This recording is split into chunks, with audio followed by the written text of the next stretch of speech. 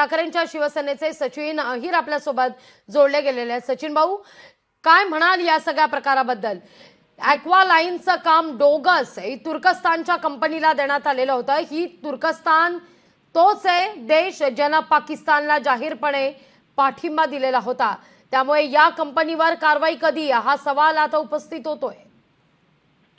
या कंपनीवरती कारवाई कधी याहीपेक्षा महत्वाचं आहे की ते अधिकारी आणि संबंधित जे मेट्रोचे संबंधित लोक जे होते त्यांच्यावर कारवाई होणार आहेत की नाही, कारण ह्याच्यावरती विजिलन्स ठेवण्याचं काम आपलं होतं। त्या परिस्थितीनुसार कोणाला कॉन्ट्रॅक्ट मिळाला, ते इंटरनॅशनल टेंडर होते, त्यावेळी आपल्या देशाचे त्यांचे संबंध काय होते, हा एक नंतर संशोधनाचा भाग आहे। अर्थात आता ते रद्द व्हायलाच पाहिजे, कारण जसं आपण सेलेबीसाठी निर्णय घेतला, निकष घेतला तोच आहे।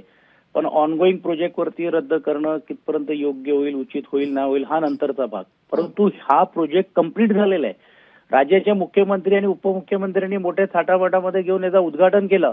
मग ही जबाबदारी सरकारची नाही आहे का की एका पावसामध्ये जर ही परिस्थिती असेल आणि मग मेट्रोचे अधिकारी सांगतात की एक भिंत कोसळली म्हणून एवढं पाणी झालं, अरे उद्या समजा दुर्दैवाने याहीपेक्षा मोठा पाऊस किंवा अजून काही डिझास्टर असला किंवा आजूबाजूला मोठ्या प्रमाणात गाड्या जातात, ट्रेन जातात, मेट्रो जातील, उद्या ते हादरे बसून जर झालं असतं तर मग काय अवस्था झाली असती।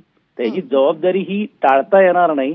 निवळ कॉन्ट्रॅक्टरवरती दोष देऊन चालणार नाही, तर कॉन्ट्रॅक्टरचा दोष तर आहेतच आहेत, पण त्याच्यावरती विजिलन्स ठेवणारे लोक कुठे झोपले होते?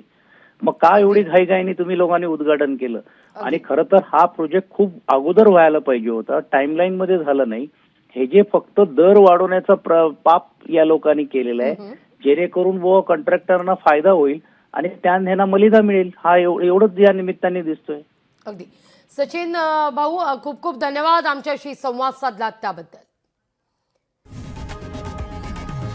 लोकशाही मराठी ऐका, पहा, जागरूक रहा।